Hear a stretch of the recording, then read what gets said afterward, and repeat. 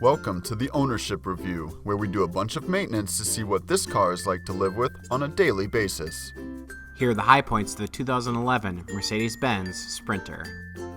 You only have to reach behind the housing for access to the headlight bulb. Other models make this access more complicated. The cabin air filter is easy to access in the engine bay. Other models will place this behind the glove box and make this repair more complicated. The engine coolant reservoir is easily visible in the engine bay. This will allow you to check and replenish the fluid level on a regular basis. Not everything is perfect. Here are the pain points.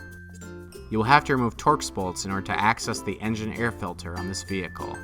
The tools necessary may not be readily available for repair. The taillight bulbs can be difficult to remove, as you will have to remove Torx bolts from a tight spot in the vehicle in order to take the housing out for access. The center brake light can be difficult to change, as you will have to remove the housing from the vehicle first. This will require a tough reach to the top of the rear of the vehicle for access. Overall, the 2011 Mercedes-Benz Sprinter is a moderately easy vehicle to maintain, but is recommended to those more experienced in vehicle maintenance.